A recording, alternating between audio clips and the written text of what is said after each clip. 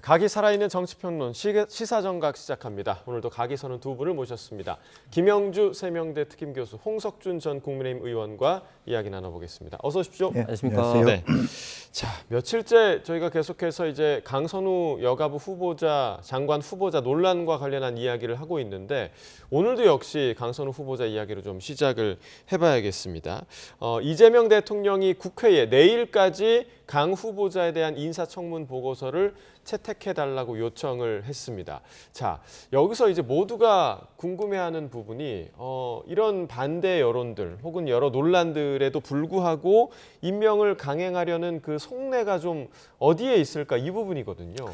글쎄요, 우상호 정무수석 말에 의하면 이제 여당 쪽에서 강하게 대통령께 이런 주장을 했다라고 얘기를 하고, 우리 문진석 부대표도 강하게 그 후보자를 옹호하는, 좀 오히려 그것이 그 플러스 요인이 아니라 마이너스 요인이 되는 것 같은 느낌도 없지 않아 있습니다만은 지나칠 정도로 옹호하고 넘어가는 이제 그런 분위기가 없지 않아 있습니다. 그러나 여전히 대통령실이 가타부타 말은 하지 않고 이제 그런 상태에서 기본적으로는 이제 이준석 교육부총리 부분은 이제 사퇴를 시키고 강선우 의원은 이제 받아들이는 형태로 가는 것 같습니다. 다만 과거에도 장관이 되고 난 다음에도 30일이 넘지 못해서 스스로 내려오는 그런 경우도 있었습니다. 그렇기 때문에 너무 초창기에 대통령이 제청한 후보자들을 한 명도 아닌 두 명, 특히 더군다나 현직 국회의원을 후보자로 모시고 가서 결과적으로는 낙마시키는 것은 대통령과 대통령실의 부담이 너무 크다라는 거고, 강 후보자 스스로도 만약 이 상태에서 여러 가지 흠결로 인해서 장관이 되지 못했을 경우에 실제로 국회의원직도 하기 어렵다라는 인식 때문에 몇 개월이라도 좋으니 장관을 시켜달라고 하는 본인 요청과 의지가 매우 강한 걸로 저는 알고 있습니다. 그렇기 때문에 일정 정도 장관으로 채택하는 데까지는 좀 대통령실에서 해야 되는 거 아니냐,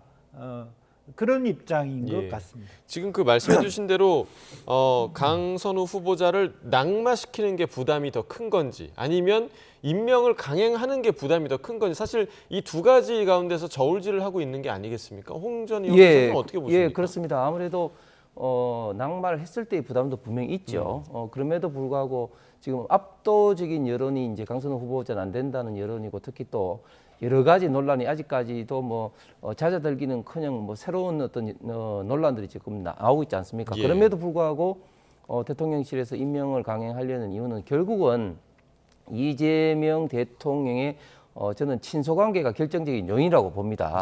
강선우 후보자는 대표적인 또 친명계 의원이고 또 이부자리를 덮어줬다는 그런 어떤 대표적인 사례로 해서 그런 어떤 친밀함이 전 국민에게 지금 알려져 있는 상황인데, 이재명 대통령 인사 스타일을 보면 굉장히 본인이 좋아하는 인사에 대해서는 어떤 문제가 있더라도 끌고 가겠다는 그런 의지가 굉장히 좀 강한 것 같습니다. 대표적으로 강선우 후보자뿐만 아니라 그저께 또 임명된 김의겸 새만금 개발청장이라든지 또 최동석 인사처장이라든지 이런 사람들도 보면 그동안 계속해서 많은 비판과 논란이 있음에도 불구하고 임명을 하는 거 보면 결국은 이재명 대통령의 좀 인사 스타일이다. 자기 사람은 챙겨가겠다 하는 어떤 강력한 어떤 그런 어떤 고집 뭐 이런 것들이 배경이 있는데, 글쎄요, 그런 것들이 제가 볼 때는 설사 임명을 강행하더라도 나중에 더 큰 문제, 후유증이 저는 있을 거라고 예상이 됩니다. 그 이재명 대통령 스타일 자체가 뭐 현안과 관련해서 이제 본인의 생각이 있으면 바로바로 좀 밝히는 스타일, 좀 시원시원하게 밝히는 스타일인데 이 문제와 관련해서는 유독 지금 계속해서 침묵을 지키고 있단 말이죠. 그 침묵의 의미가 좀 뭘까요? 그동안에 그 강 의원이 어쨌든 이재명 대통령이 대통령 되는 데까지 상당히 많은 희생과 열정이 있었다라고 하는 부분인 거고, 또 일정 정도의 대통령뿐만 아니라 대통령 부인과의 관계라든지 친소관계라고 하는 것도 온정주의적 관점에서 좀 영향을 지니고 있다라고 보여지고요. 또 하나는 아마 이제 이재명 대통령께서 생각하는 여성가족 정책이라고 하는 것이 상당히 강선우 의원이 지니고 있는 어떤 그동안의 경험, 연구 경험을 비롯해서 그런 국제활동 이런 것들이 아마 이재명 대통령 본인이 생각하는 여성가족 정책의 비전과 맞닿아 있는 부분도 없지 않아 있을 것이다. 저는 예. 그렇게 보여집니다. 예. 자, 오늘 그리고 한 보도에 따르면 그 이제 얼마 전에, 그러니까 이틀 전이었죠. 문재인 정부 때 여가부 장관이었던 정영애 전 장관이 이 강선우 장관 후보자에 대한 문제의식을 민주당 의원들에게 전달을 했는데, 그러니까 그걸 알고도 민주당 의원들이 좀 침묵을 했다. 이런 보도도 나왔더라고요. 예, 아무래도 이제 정영애 전 여가부 장관 후보자가 여가부 장관 같은 경우는 사실은 이제 여성계 이제 대모인데 그렇게 여성계의 어떤 대모이자 또 문재인 정부 때 장관을 했음에도 불구하고 본인이 당했던 예산 갑질을 민주당 의원들에게 이야기했다 하면은 상당히 본인이 그동안 좀 마음에 굉장히 좀 상처를 많이 받았다는 증거 아니겠습니까? 예. 그래서 해바라기 센터를 강서구 일대 설치하라고 했는데 실질적으로 해바라기 센터의 가장 핵심적인 산부인과 의사 선생님을 확보할 수가 없기 때문에 좀 나중에 하자고 이렇게 이제 좀 완곡하게 거절을 하게 되니까 하라면 하라지 무슨 말이 많은 그런 식으로 해서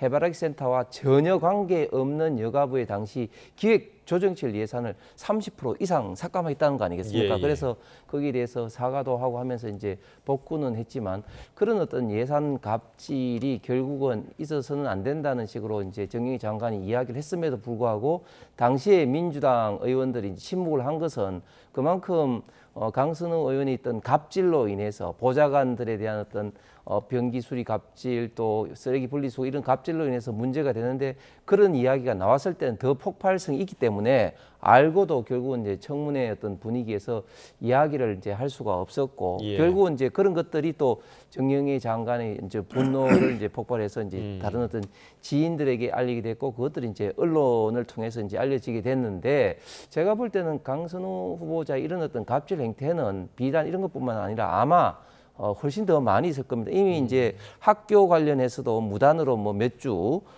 수강 어떤 뭐 학생들에게 제대로 알리지도 않고 뭐 강의를 하지 않았다. 강의를 하지 않았다라는 예. 그런 것도 이미 알려졌지만 그거 말고도 훨씬 더 많은 사례들이 나올 가능성이 많아 보입니다. 저희가 이제 강선우 후보자 이야기를 나누고 있었습니다. 그러니까 지금 민주당에서는 굉장히 대통령실의 강행 분위기가 감지된 이후부터는 계속해서 좀 엄호하는 분위기가 많이 나오고 있거든요. 그런데 이 엄호를 하기 위한 그런 발언들이 오히려 더 이 문제를 더 키우는 듯한 그런 분위기더라고요. 맞습니다. 제가 보더라도 너무 지나치게 엄호하는 것은 국민들의 감정을 오히려 상하게 하고 오히려 결과적으로 강선우 후보자를 위하는 일이었는데 강선우 후보자에게 부담을 더 주는 예. 그런 결과를 낳을 수도 있고 아시는 바와 같이 문진석 수석이 실제로 국회의원과 보좌관의 관계는 그 매우 뭐 가족 같고 동지적인 관계여서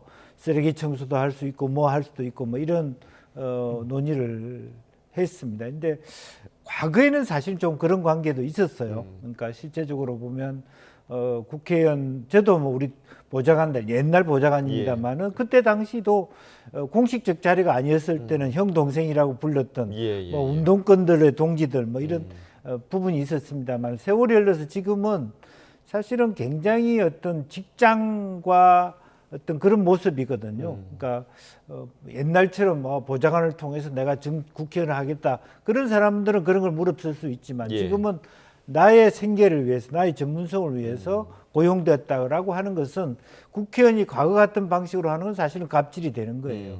그런 면에서 문진석 의원이 좀 과한 어떤 얘기를 했다라고 하는 부분이고 오히려 저런 부분도 오히려 실제적으로 보면 대통령에게 정상적인 얘기를 하기보다는 아마 대통령은 강 장관 후보를 옹호할 거야. 옹호하는 걸 좋아할 거야. 이런 식으로 스스로가 더 자가 발전해서 오히려 결과를 더 나쁘게 만드는 그런 부분이 없잖아 있을 수 있다라고 하는 것을 좀 지적하지 않을 수 없습니다. 예, 자 민주당 내부에서도 이제 의원들 간의 의견이 서로 좀 갈리는 모습도 좀 보이고 있긴 한데 그래도 민주당은 지금은 절대 강선우 후보자의 낭만은 없다 이런 입장입니다. 오늘 아침 민주당 대변인은요, 국회 290명의 국회의원들 대다수가 이러한 문제와 관련해서 다들 떳떳한가 하는 그런 질문을 던지기도 했는데 그 내용 함께 들어보겠습니다. 사실은 290명 국회의원들 대다수가 이 부분에 관련해서 본인들이 떳떳한가?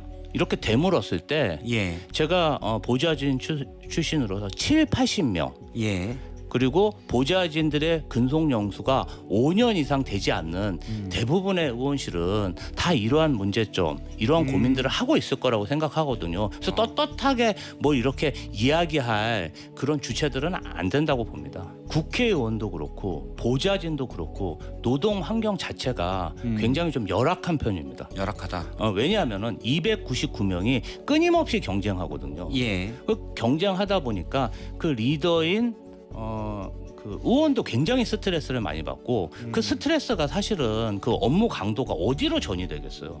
예. 강선우 후보자 자체가 아주 오래 재선이긴 하지만 예. 오래 국회의원 생활도 한 게 아니고 또 민주당은 정치 결사체 아니겠습니까? 예. 젊은 정치인을 키우라고 이야기는 하지 굉장히 강조를 많이 하고 있어요. 뭐 젊은 정치인이기 때문에 싹을 밟지 말고 키워야 된다라는 말씀이신 거죠? 좀 만회할 기회를 주셨으면 좋겠습니다. 네, 이 인터뷰도 조금 논란이 되긴 했습니다. 그러니까 본인들은 다른 국회의원들은 떳떳하냐, 누가 돌을 던지겠냐, 뭐 이런 의미 같은데요. 예, 지금 강선우 후보자가 갑질하는 것이 다른 의원들도 뭐 그렇다 뭐 그렇기 때문에 강선우만 이런 식으로 이제 욕해서 낸다 이런 어떤 이야기인데 예. 저는 강선우 후보자를 지금 이제 엄호하기 위해서 저런 식으로 이야기를 한다는 것은 오히려 이재명 대통령이 그리고 민주당에게 더 큰 부담과 국민들의 어떤 비판이 있을 거라고 봅니다. 좀 전에 이제 문진석 의원 같은 경우도 어떻게 보면 또 더 강선우 후보자에 대한 어떤 국민들의 분노에 대해서 불을 질렀는데 김지호 대변인 저 이야기도 저는 볼 땐 제 같은 경우를 한번 예를 들면 저는 한 번도 제 방에 있는 보좌관 비서관들에 대해서 제가 나가라 이렇게 면직 강요를 한 적이 없습니다. 오히려 이제 우리 방에 있던 식구들이 7급에서 5급으로 이제 승진할 기회가 있어서 다른 방으로 간다든지 아니면 뭐 다른 시의원으로 나갈 기회가 있어서 나간다 이런 어떤 경우는 있지만 그건 없었는데 이런 어떤 상황에서 강선우 후보자를 보호하기 위해서 다른 의원들도 다 갑질을 한다 이런 식으로 싸잡아서 비판하는 예, 것은 예. 오히려 굉장히 문제를 좀 호도를 하고 강선우 후보자에 대한 어떤 디펜스를 넘어서 국민을 새롭게 또 불을 지르는 그런 어떤 문제의 또 발언이 아닌가 생각합니다. 예, 이 문제의 본질을 좀 흐리는 듯한 그런 느낌도 좀 들고요. 자, 이와 같은 여당의 엄호 속에 정작 강선우 후보자 본인은 무대응으로 지금 일관하고 있는 상황인데요. 오늘 아침 김상욱 의원은 강 후보자를 향해 이런 요구를 했는데요. 함께 들어보겠습니다. 좀 후보자께서 결자 해제의 심정으로 후보자께서 좀 직접 나서 주셨으면 하는 생각이에요. 의혹들에 대해서 직접 소명도 하시고 또 진정 어린 진심 어린 반성도 국민들께 보이면서 결국 국민들이 못 받아들이고 있는 게 문제니까요. 예. 국민들께서 반발하는데도 강행한다는 것에 대해서 상당한 좀 불쾌감을 가질 수도 있는 부분이 아닐까라는 우려가 있습니다. 자, 그러니까 이제 본인이 직접 좀 소명을 했으면 좋겠다 이런 의견인데 뭐 강선우 후보자가 본인이 지금 직접 나와서 그런 얘기를 할 수 있는 상황이겠습니까? 어떻게 보시나요? 뭐 사실 지금은 소명을 떠나서 대통령실의 입장은 솔직히 본인 스스로가 물러나는 발언을 정말 자발적 사퇴를 선택해 줬으면 하는 관계자들의 입장이 없잖아 있을 겁니다. 예. 또 민주당 안에서도 그런 의견들이 표출되고 있지는 않지만 마음속으로는 이 정도 되면 나와야 되지 않느냐 하는 생각도 없지 않아 있을 겁니다. 이제 그럼에도 불구하고 여전히 대통령과 그리고 또 현재 지금 바로 그 재송부를 요청한 상태이기 때문에 그러니까 여러 가지 이견들이 많이 나오는 것을 빨리 불을 끄기 위해서 아마 지금 현재 그 대통령실 입장에서는 빨리 뭐 장관 할 수 있도록 해달라는 요청을 할 수밖에 없을 겁니다. 예. 이 논란이 더 오래 가는 것이 결국 서로 간에 민주당도 그렇고 여당도 그렇고 좋은 환경이 아니거든요. 그러니까 실제로 장관이 되고 안 되고보다 이 논의가 오래 가는 것이 훨씬 더 피로도를 주는 것이기 때문에 이제 그런 부분은 아마 대통령실의 입장은 바뀌기는 어렵다. 그렇게 본다라면 여당 안에서도 이 정도 논의를 했으면 더 이상 내부적으로 비판하기는 어려운 상태에 가 있는 거 아닌가 그렇게 보여집니다. 지금 뭐 사실 김상욱 의원이 본인이 나와서 소명을 해야 한다라는 정도로 표현을 했지만 그 안에 있는 뜻을 조금 더 들여다보자면 약간 잦은 사퇴의 의미도 좀 담겨 있지 않나라는 생각도 드는데 뭐 사실 민주당 내에서 지금 김상욱 의원이 민주당에 입당한 지 얼마 안 됐잖아요. 그렇죠. 그래서 지금 김상욱 의원의 그런 의견과 발언이 어느 정도 좀 영향력이 있을까 이 부분도 좀 물음표거든요.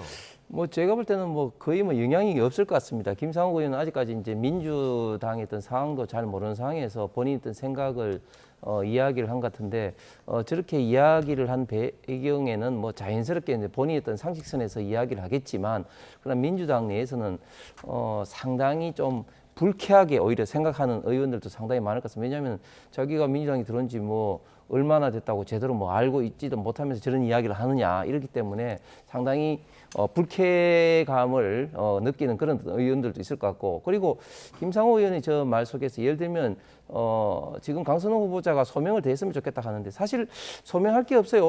오히려 강선호 후보자가 지금 이제 가장 문제가 되는 거는 갑질하고 그다음에 두 번째는 그것을 해명하는 과정에서 청문회에서 해명하는 과정에서 예. 그것들이 다 거짓으로 드러난 부분이 더 큰 분노를 일으키고 있지 않습니까? 예. 그렇기 때문에 사실은 소명을 하기에는 굉장히 좀 부적절한 그런 상황이다. 대통령실이나 민주당도 그것을 원하지는 않을 거고 그렇기 때문에 빨리 뭐 임명해서 국민들이 좀 잊혀지는 것이 뭐 최고의 어떤 수다고 생각할 수 있을지는 모르겠지만 제가 말씀드린 것처럼 이 이슈로 인해서 오히려 이 국민들의 어떤 분노가 더 이재명 정권 자체로 이제 불을 붙게 되면은 전체 정권의 어떤 지지율에도 영향을 받을 수밖에 없는 굉장히 좀 안 좋은 이슈가 될 수밖에 없다고 생각합니다. 예, 지금 뭐 지지율 얘기를 하셨습니다만 이번 주 그 월요일에 나왔던 지지율이 조금 떨어지는 모습을 나타났고 네. 아마 이제 이 부분 때문에 대통령실에서도 그동안 국민 여론을 좀 지켜보겠다라는 입장을 밝혀왔었는데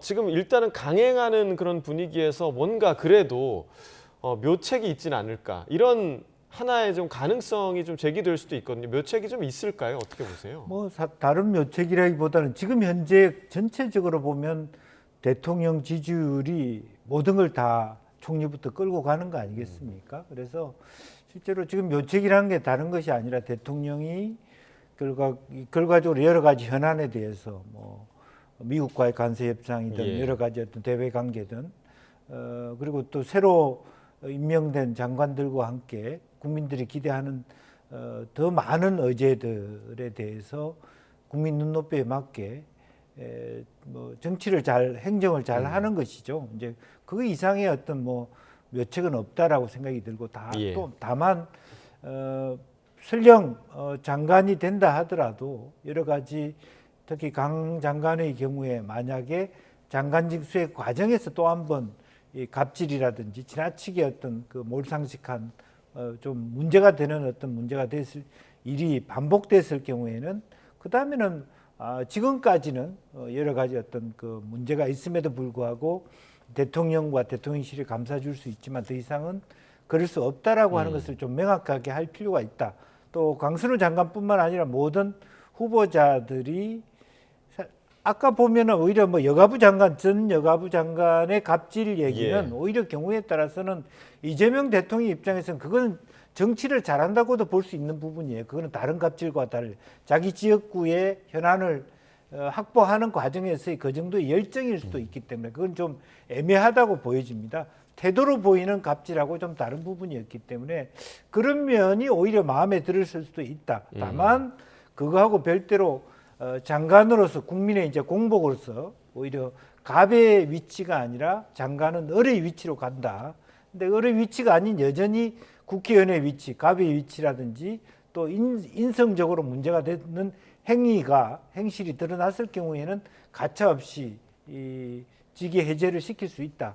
이런 것을 좀 강조해야 되지 않나 그렇게 보여집니다. 알겠습니다. 자, 어찌됐든 이제 대통령실에서 강선우 후보자에 대한 인사청문 보고서 재송부 요청을 내일까지를 요청을 했기 때문에 어떤 결론이 날지 좀 지켜봐야 할 부분인 것 같고요.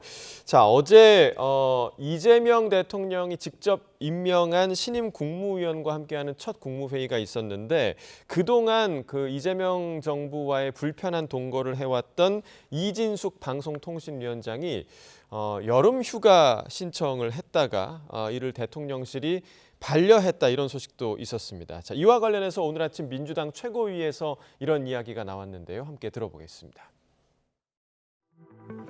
이재명 대통령께서는 이날 중앙재난안전상황실을 찾아서 피해 예방을 위해 과하다 싶을 정도로 필요한 지원을 충분히 배치하라라고 지시를 하기도 했습니다. 그런데 정작 재난방송 컨트롤타워 역할을 해야 할 이진숙 위원장은 휴가 계획이나 짜고 있었던 것이죠. 본인 임기 보장을 이야기하기 전에 할 일이나 똑바로 하시기 바랍니다. 이진숙 위원장이 휴가를 가는 좋은 방법이 하나 있습니다. 지금이라도 이 사의를 표명하고 좋아하는 휴가를 가시면 됩니다. 그것도 아주 길게. 자, 상당히 지금 이진숙 위원장에 대해서 비꼬는 말투로 굉장히 강한 비판을 한 모습이었는데 지금 이렇게 공개적으로 이진숙 방통위원장의 휴가를 반려한 그 속내가 좀 어디에 있다고 보십니까? 예, 뭐 일단 첫 번째는 그만큼 이재명 정권에서 장관들이 휴가까지 반려할 정도로 이런 어떤 재해에 가까운 괴물폭우에 대응을 하고 있다, 신경을 좀 집중하고 있다, 뭐 이런 어떤 취지도 있을 거고, 또 두 번째는 한준호 의원 같은 경우도 잘 아시처럼 이제 MBC 출신으로서 이진숙 지금 방통위원장과 굉장히 사이가 좋지 않습니다. 과거부터. 그리고 지금 현재 방송법 뭐 개정 과정에서도 굉장히 좀 충돌이 있어 왔고 갈등이 있어 왔는데 그런 어떤 개인적인 어떤 감정 차원에서도 그런 어떤 이야기를 하지 않았나 싶습니다. 그런데 예를 들면 지금 대통령실에서도 재난 상황에 적절하게 대응하고 있느냐 좀 비판을 받고 있는 게 예를 들면 한창 그 폭우 중이었던 제헌절 7월 17일 날 우원식 의장 등을 불러가지고 감자전 만찬을 하고 있었다. 뭐 이런 것들이 새롭게 좀 비판을 받고 있는 그런 어떤 상황입니다. 그래서 이진숙 방통위원장만 콕 집어서 한준호 의원이 저런 식으로 좀 비판하는 것은 결국은 이진숙 방통위원장을 어떻게 보면 좀 나가줬으면 좋겠다는 그런 어떤 심리를 또 나타낸 게 아닌가 그렇게 보여집니다. 네, 지금 뭐 분석해 주신 대로 사실상 그 한준호 최고위원이 사퇴를 촉구한 셈인데 지금 뭐 이진숙 위원장이 계속 어떻게 보면 좀 버티고 있는 그런 상황 아니겠습니까? 남은 임기 계속 다 채울 수 있을까요? 어떻게 전망하십니까? 아마 끝까지 버티려고 하지 않을까요? 그런데 지금 상황에서는 그렇게 버티는 사람을 함부로 쫓아내기도 쉽지 않은 그런 상황입니다. 따라서 이 부분은 언젠가는 여야가 뭐 이렇게 지혜를 모아서 정말 미국식으로 대통령이 바뀌면 공식적으로 모든 자리는 아니더라도 주요한 자리, 뭐 100개 부처, 공기관을 포함해서 일괄 사퇴할 수 있도록 그렇게 해야 돼요. 제도적으로. 그렇지 않으면 다 알다시피 억지로 뭐 감사원 감사 나와가지고 부적절한 카드를 썼니 안 썼니 모든 직원들을 다 괴롭히는 이런 일이 계속 정권이 바뀔 때마다 반복되는 이제 그러면서 실익도 없는 이런 것들은 오히려 국가적 낭비거든요. 그런 의미에서 한 번은 오히려 법을 통해 가지고 또 이런 문제를 정리했으면 좋겠다는 생각입니다. 알겠습니다. 자, 마지막으로 국민의힘 상황도 좀 짚어보겠습니다. 국민의힘이 오늘 오전부터 의총을 열고 당 혁신위가 내놓은 쇄신안을 논의하는데요. 윤희숙 혁신위원장, 일명 나윤장송의 사퇴를 넘어서 책임 있는 중진들의 줄사퇴가 나와야 한다 이렇게 주장을 하고 있는데 그 목소리를 좀 들어보겠습니다. 아주 냉정하게 얘기하자면 국민의힘에 대한 국민 눈높이는 다다라예요. 당문 다다라예요. 그러면 그 당문 다다라라는 국민 눈높이를 조금이라도 근접해서 우리가 그래도 생존하려면 저는 그 줄사태가 이어져야 된다고 봅니다. 그 정도의 위기의식을 가지고 책임지려는 의식이 있어야 됩니다. 어떤 분이 당대표가 돼야 된다고? 혁신의 의지를 가지고 뚜렷한 방향성을 가지신 분이 돼야 된다고 생각을 합니다. 네, 이렇게 강도 높은 혁신안을 내놓은 윤희숙 위원장의 혁신안이 과연 국민의힘 의총에서 받아들여질 것인가? 어떻게 전망하십니까? 받아들여지기는 쉽지 않을 것 같습니다. 윤희숙 혁신위원장이 이제 고민 끝에 이제 윤석열 전 대통령의 철언을 당원 당규에 뭐 이제 하는 거라든지 또 최고위원회를 폐지하고 원톱 당 대표 체제로 하자든지 또는 또 당원 소환제라든지 또 어떤 특정 인사들의 뭐 인적 청산 뭐 이런 것을 뭐 혁신안으로 이야기했는데 저는 두 가지 문제점이 있다고 봅니다. 첫 번째는 과정의 실종입니다. 예. 정치는 아웃풋 결과도 중요하지만 프로세스 과정이 절대적으로 중요하거든요. 그런데 당 내외 어떤 공감대 형성이 전혀 되어 있지 않습니다. 지금 송원석 그 원내대표금 비대위원장하고의 어떤 공감대는 물론이고 제가 알기로는 혁신위원회 자체 내에서도 지금 현재 공감대가 형성되고 있지 않다고 합니다. 이런 어떤 과정에 있어서 어떤 실종으로 인해서 당 내외 어떤 공감대가 실종됐다는 게 큰 문제이고 예. 또 두 번째는 공감대가 형성되기 위해서는 받아들이는 어떤 기준선이 있어야 됩니다. 예를 들면 인적 청산이라는 게 얼마나 어려운 과제입니까? 본인의 어떤 정치적 생명과 걸려 있는 문제이기 때문에 예. 굉장히 어려운데 예를 들면 2022년 대통령 선거에서 당시 민주당이 지고 난 다음에 비대위원장으로 이제 박지원 위원장을 이제 초빙을 했을 때 당시에 586 운동권 청산이라는 어떤 그런 주장을 했음에도 민주당에서 받아들이지 않아서 박지원 위원장이 나가게 되는데 그때는 기준점이라도 있었는데도 불구하고 받아들이지 않습니다. 그런데 지금은 어떤 기준점 없이 그냥 어떤 특정인들을 이제 청산을 하니까 전혀 받아들일 수가 예. 없는 것이죠. 그래서 이 두 가지 점으로 인해서 의총에서 받아들일 가능성은 없으나 이제 문제는 이런 것조차도 그러면 이제 국민의힘이 받아들이지 않는다는 또 국민적인 어떤 비판을 더 받을 수밖에 없기 때문에 어떻게 보면 더 국민의힘이 좀 어려운 상황으로 이제 들어가기 때문에 지금 다가오는 전당대회에서 이런 문제들에 대한 어떤 말끔한 정의, 다시 말하지만 어떤 기준점을 설정, 그리고 원칙의 설정, 그리고 어떤 공감대를 형성하는 이런 어떤 전당대회가 어떤 되는 것이 국민의힘에 봐서는 어떤 지지율을 조금이라도 회복하는데 도움이 될 것 같습니다. 네, 혁신안이 받아들여질 가능성이 높지 않다라고 얘기를 해주셨는데 이렇게 되면 사실상 윤희숙 혁신위는 끝나는 거 아니겠습니까? 그렇습니다. 실질적으로 뭐 윤희숙 의원이 혁신위원 그 어떤 그러니까 제안을 할 때 혁신위원들한테도 물어보지만 당신들이 찬성하지 않더라도 나 혼자라도 가겠다 예. 이렇게 얘기함으로써 과정 관리에 실패한 부분이고요. 더군다나 송원석 비대위원장이 윤희숙 혁신위원장을 모실 때 사실은 활동 범위를 좀 미리 정의해 줬으면 좋았을 걸 실제로 저렇게까지 속도를 강하게 낼지 또 심지어는 본인한테도 그렇게 칼을 꽂을지 알 수 없었다라는 부분이고 현재 가장 큰 핵심은 결과적으로 국민의힘은 의원 중심이고 의원들은 다 TK를 중심으로 본인이 당이 어찌됐든 간에 스스로 배지를 연장해서 달 수 있다라고는 자기 확신이 굉장히 강한 사람입니다. 그런 구조에서 간단한 형태로 권위가 없는 상태의 혁신안은 통과될 가능성이 없다. 따라서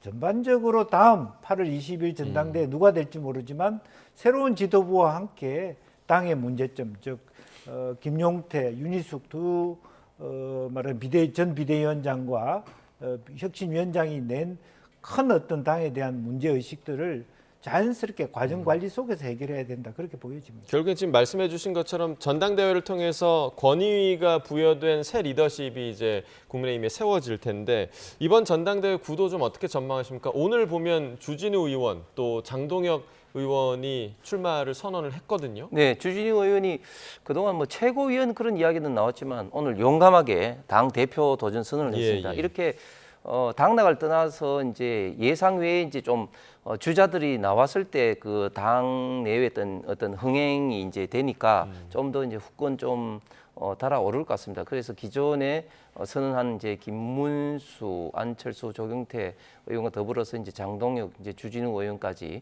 이제 남은 사람은 이제 한동훈 전 비대위원장인 같은데 최근에 좀 성향이 좀 출마할 수도 있다 이렇게 좀 고민을 하고 있는 것 같습니다. 그렇게 되면 이 당내에 있던 경쟁이 좀 더 치열해지면서 앞으로 자연스럽게 당을 어떻게 이끌어 갈 것인가에 대한 어떤 논쟁이 있을 수밖에 없는데 그런 자리에서 지금 있던 혁신위원회의 어떤 안까지 다 포함한 여러 가지 논의가 좀 있을 것으로 보입니다. 예, 자 마지막으로 지금 이제 좀 변수라고 할까요? 뭐 전한길 씨의 등장이 지금 국민의힘에 실질적으로 어떤 영향을 끼칠 것인가? 정말 말 그대로 친길계 반길계로 나뉠 것인가? 뭐 이런 전망들도 있는데 어떻게 좀 보십니까? 실제로 뭐 그 이전에 송원석 대표가 전한길 씨에 대해서 과연 어느 정도의 그 활동에 제약을 줄 수 있을 것인가? 심지어는 뭐 탈당을 시킬 수 있을 것인지 뭐 이런 부분 또 거기에 대해서 당내 반향이 어떤 방향으로